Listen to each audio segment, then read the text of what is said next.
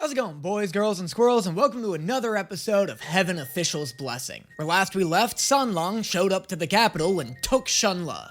Just fucking took him. Just straight repoed his ass like Heaven was overdue on its Shunla payments. So that's exciting. Or maybe it's not. I don't know your opinion on things, but at the very least, we can all agree objectively that that is what happened. So now let's, I guess, objectively see what else happens.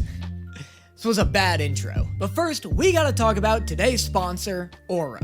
Have you ever Googled yourself and been shocked to find out just how much of your personal information is out there on the internet? I certainly have. People know way too much stuff about me. But this doesn't need to be the case for you. The last thing you should be worrying about are people trying to steal your information online. And the sorry truth of the matter is, your info might already be compromised. That's because data brokers profit from stealing your information and selling it to robocallers, telemarketers, anyone willing to buy it. But thankfully, Aura will identify data brokers trying to expose your information and immediately send out opt-out requests on your behalf. Aura also monitors your emails and passwords to see if they were involved in a data breach and leaked on the dark web, and then we'll send you recommendations on what to do next. Aura's app also features a VPN, password manager, real-time credit and identity theft monitoring, internet parental controls, and protects your devices from malware. Aura has almost every internet safety tool you could imagine,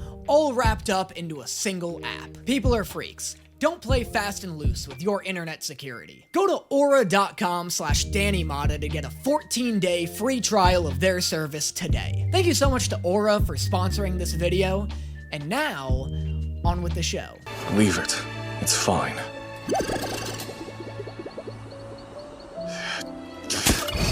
Alright, well, smacking it in the eye isn't gonna make it feel any better. Look, I agree. Having a sword that's capable of empathy is like the stupidest thing I've ever heard. But abusing it is absolutely not going to fix the situation. Sanlang, why did you hit it? Because it's always crying. Did you hit it because it's always crying, or is it always crying because you keep hitting it? Listen to me. What you need to do is roll 2 dice in front of the door and then go through it. Wait, dice? Who in heaven has dice? Y'all ain't got D&D in heaven? Well, you guys heard it here first. All dungeon masters go to hell. Well, don't all answer at once.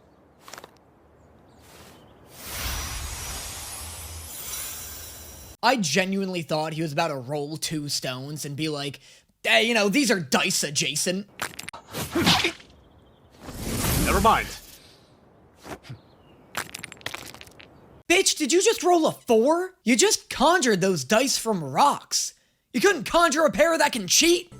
General? Damn it! Please stop shouting. What happened? Son of a bitch!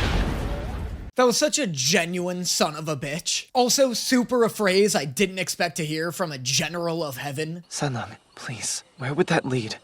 I honestly couldn't tell you. It's catered. 4 is your greatest fear, whatever that happens to be. 4 is what? That sounds like the worst one. What are the other 10 rolls? For Fengxing, that's... What?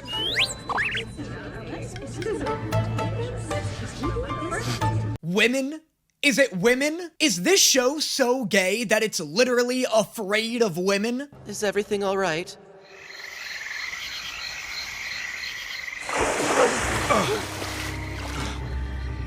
The Dark Marsh? Let's see what you got there. Oh, you rolled a 6? Yeah, that's Swampburg. 4 takes you to your greatest fear. 6 is Swampburg. 6 is always Swampburg. Hey, don't get mad at me, alright? I didn't make the rules.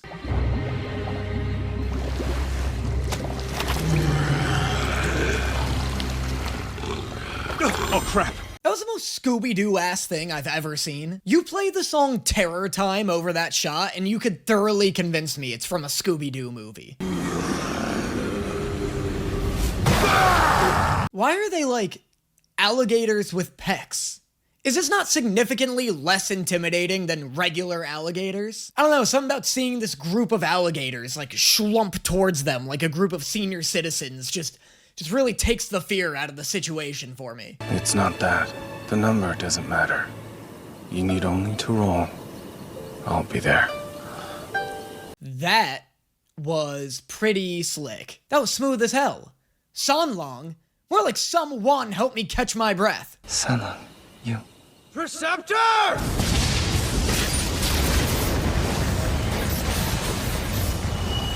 I love that Shunla has a rival now. That's so sick. I would love to see him actually duel this guy. Fine then. Oh, he's actually going to duel this guy. That's so sick that the sword he threw at Shunla was for Shunla to use. I love an honorable rival. Super funny that the sword he gave Shunla is like 1/8 the size of his own though. You asked for this. I also am very much asking for this.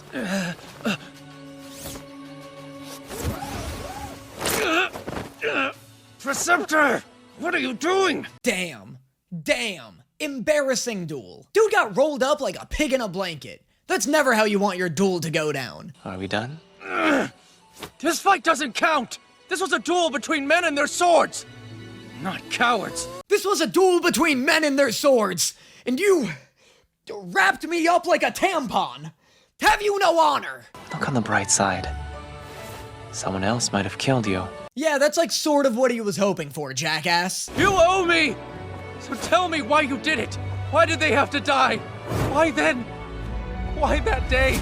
This is such a wild turn for Shunla's character that I feel like nobody is taking seriously. Like, obviously this guy's upset.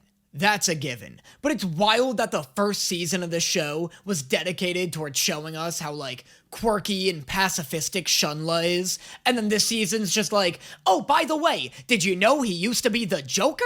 I won't destroy myself just to stop the pain! I refuse! No matter what you do to me, I will never become like you! Like, it sounds like he's describing an entirely different character right now. Who is this fucking rage monster he's talking about?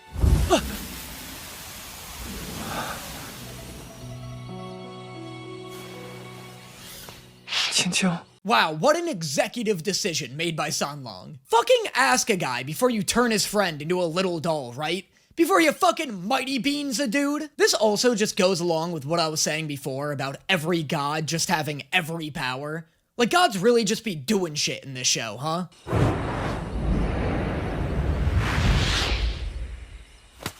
Here. That's sick. I like him not even looking at the number it landed on. I weirdly love the idea of a character who teleports using a die, but like each side of the die teleports you to a different location. That's so cool. I feel like that'd make for a really fun D&D character, you know? Hey, when's the boss getting back? He'll be back when he wants to. Oh, nice going, dipwad. You rolled your ass into Ghoulsville. Never mind, this power absolutely sucks. Who are they?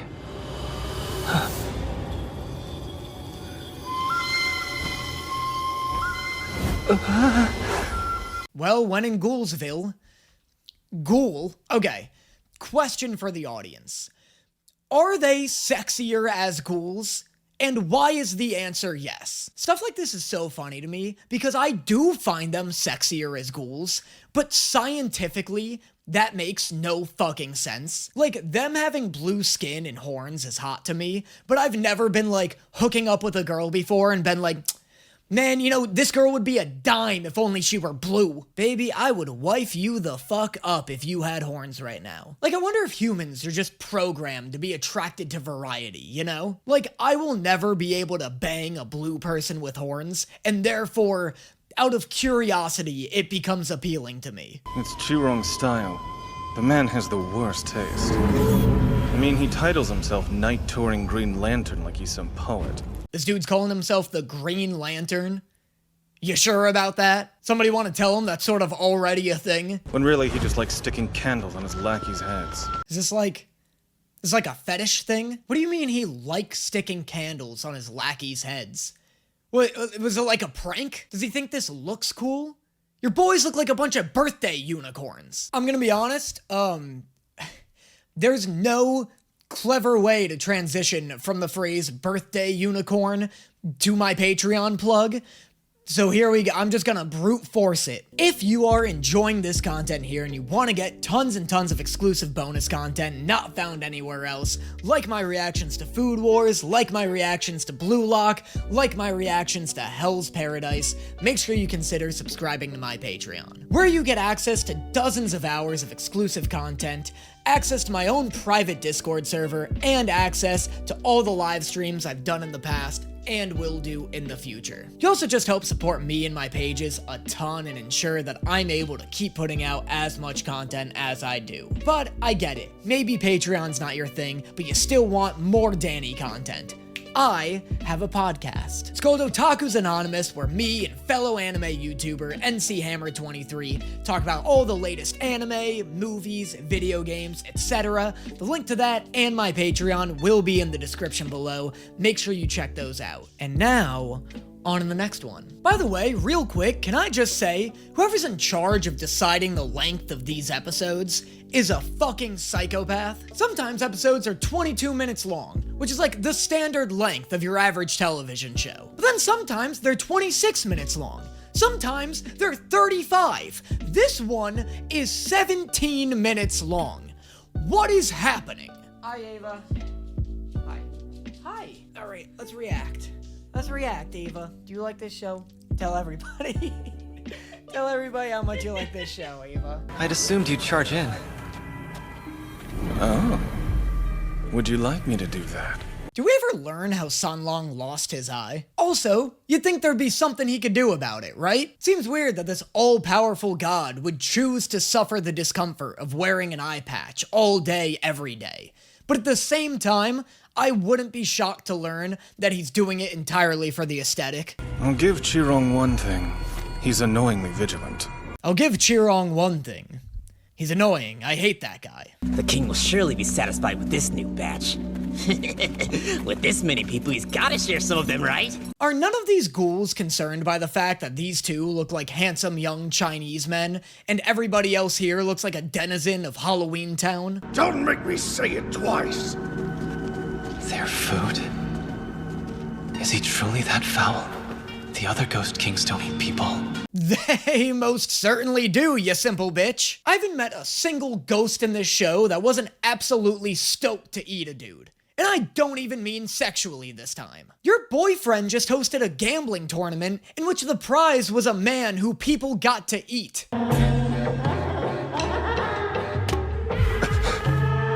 Oh my god, relax. How touch-starved are you? What do you think we should do? No, Oh my god, calm down. I just bumped into you. I'm sorry, I've been so depraved of touch that even the slightest brush feels like fire upon my skin. My hand lightly touching yours should not get that big of a reaction. What do you never, I don't know, stroke your sword? Well, I mean, yeah, sometimes, but it always ends up crying. Wait a second. Are you talking about your actual sword? Yes, my cursed sword of evil. Sanlong, I mean your penis!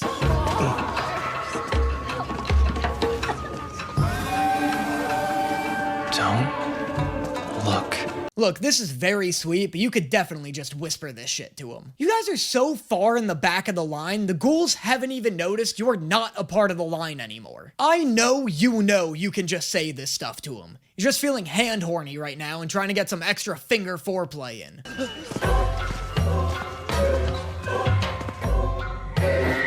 Why would you lick it? Even if it wasn't a corpse? Why are you tasting shit that's hanging from a cave ceiling? Like, there was no scenario in which what you licked was going to taste good. Keep it moving! Up the stairs! I want a clean, straight line! There's like no incentive for any of these prisoners to listen to these guys, right? Like, don't listen to them. You're just gonna end up in the stew anyway. Make this shit as hard as possible for them. Hi, Danny Mata, prisoner advocate. Have you recently found yourself becoming the ingredient in a monster stew? Call me and I'll fight for you. I'll make sure you're working reasonable hours, receiving health benefits and paid time off. And if all else fails, I'll at least make sure you're properly seasoned. Quiet! Don't move! Anyone tries to run gets skinned alive! Oh, you know what? There's their incentive. Well, at first I was like, cause a ruckus. What are they gonna do? Put you in the stew even harder? Being skinned alive is significantly worse than being stewed. My new legal advice to all potential ingredients out there is to do what your captor says and behave. Need anything? And don't get me started on Ghost City.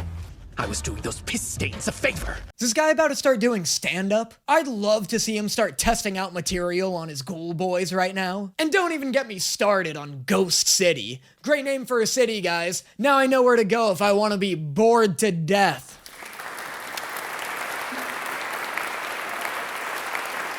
They stood by and watched us all get beat up. They even cheered when we lost 4 of our brothers. It was so scary, Your Majesty. You guys are like about to slow roast a child. You know that, right? Those pays are all the same. A bunch of scumbags! I should have hunted down those red boy fucks and chopped off their nasty diseased twat spears! Oh, whoa, what? Ha, let's go, that was crazy! That was wild. That was so hardly censored. If anything, the bleep made me way more focused on the fact that he was saying some crazy shit. I feel like none of that was in the script. I feel like they just told the voice actor to go off for a few seconds. Dude came in so hot and absolutely hijacked the tone of this whole fucking show. This whole show has just been like, should we touch hands? No, it's forbidden. This dude rolls up like, I should have hunted down those red boy fucks when I had a chance. Chomu's a hypocrite and Ling Wen's a cow. The Pays are sluts, Longqian Show's stupid, Chuanyi sucks. The Water and Wind Masters, nasty bitches. This is just as good as him doing actual stand-up. In fact, it's borderline an equivalent. I love hearing him call Windmaster a nasty bitch. Excellent. Keep up the good work. Chuanyi Chen might make it out okay, but Pei Fling definitely won't. I do love having like a crime boss antagonist enter this show. Like this is exactly what I was asking for like 3 episodes ago. I did think Sanlong was going to be the antagonist, but I am fine with him not being it as well. Quick! Our king wants a snack. Make sure it's a good one. Bring him the child! Children make the best snacks! Stay back! Don't eat them!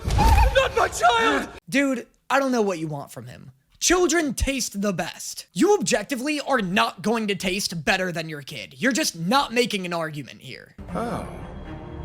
Pity. How'd he die? I don't like you.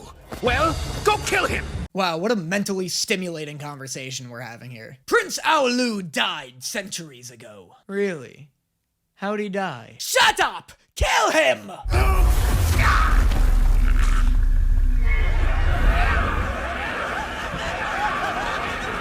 Weird time to ask this, but what happens if you blow out their candles? What are they, like Charmanders? Like, will they die if their little flames go out? It's alright, you'll be safe here. Will she? You just brought her to some random part of the cave and placed her underneath some cracked, unstable rubble. Like, this is hardly safer than just anywhere else in the cave.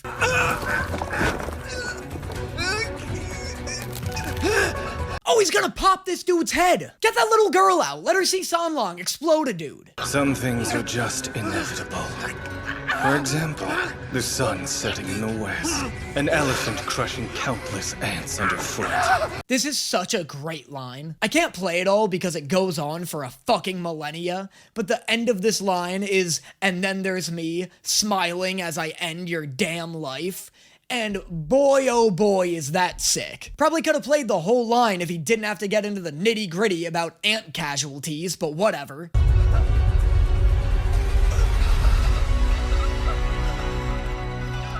No wonder this guy was wearing a mask. This dude looks like a frog in drag. This guy's color palette is fucking horrible. Look at him. And that is episodes 7 and 8 of Heaven Official's Blessing. I'm liking this new antagonist. I like the dice stuff. That's all very cool. I hope this antagonist, like, sticks around a bit. I don't think he will, considering it seems like Sanlong just beat the shit out of him. But I don't know, it'd be cool. Like, I want to see somebody challenge Sanlong. Again, like I said in the last video, I know that's not the point of this show, it's just something I think would be very cool. But as always, let me know in the comments what you thought of this video, let me know what your favorite jokes were as well, and I will see you guys next time. Hold on to me, baby. Won't you come a little closer? Will I live for now?